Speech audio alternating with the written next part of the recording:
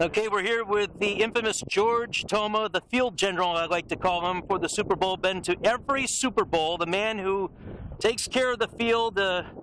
He's a legend as far as the Super Bowl preparations are concerned. George, you're still going strong. Here you are, Super Bowl 48. Could you ever have imagined you would be doing it this long? No, I haven't. I started the first one through Commissioner Pete Rozelle, and I'm here I'll be 85 years old on Super Bowl Sunday, and will be my 48th Super Bowl.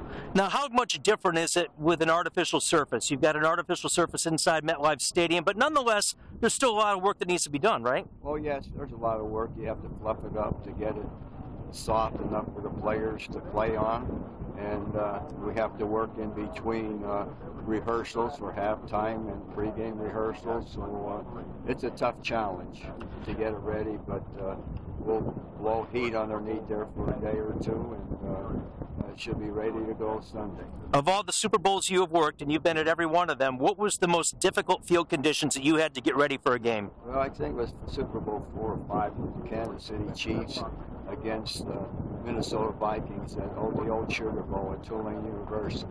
We had tornadoes, warnings, rain, and that time we only had a week between games, and the field was pretty well beat up. No big sod. Okay, so we took wood chips, sawdust, and wood clippings, and we scattered it all over the field and painted it green to make it look like grass.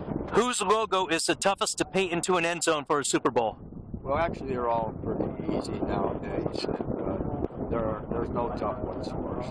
What was your biggest nightmare at any of the Super Bowls on the eve of the game? Was there one in particular where you got heavy rain or something that stood out in your mind? No, it was during Desert Storm. And during Desert Storm just came across the war in Iraq, and the halftime people had to change from the regular TV, regular halftime to patriotic halftime.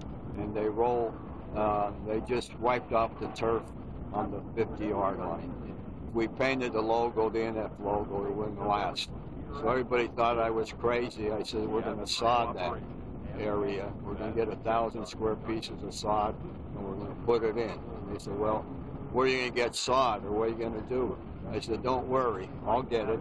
And I said, just get the trucks, get the cars.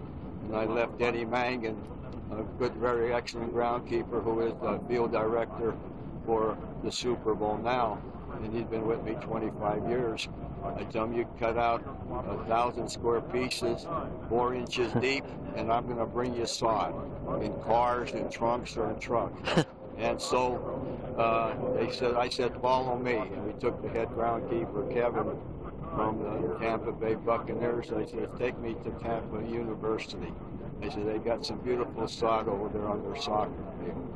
It was about 9 o'clock at night, and it was dark. He said, the gate's locked. I said, I know the gate's locked. Back up and ram the thing. So we stole 1,000 square feet of sod from the long defense at Tampa University, sodded it, and by 6 o'clock in the morning, we were ready to go. So nothing was going in my life, nothing going to deface the NFL Shield. And if we didn't do it, it wouldn't last maybe 3 or 4 plays. And Tom Kaufman invited me in his office the other day, and he was there when I did it. And he was under Bill Parcells, so we were reminiscing about it. Of course, that was Super Bowl 25 between the Bills and the Giants. George Toma, thank you. NFL field guru and a legend. Thank you very much. Thanks very much. Okay, now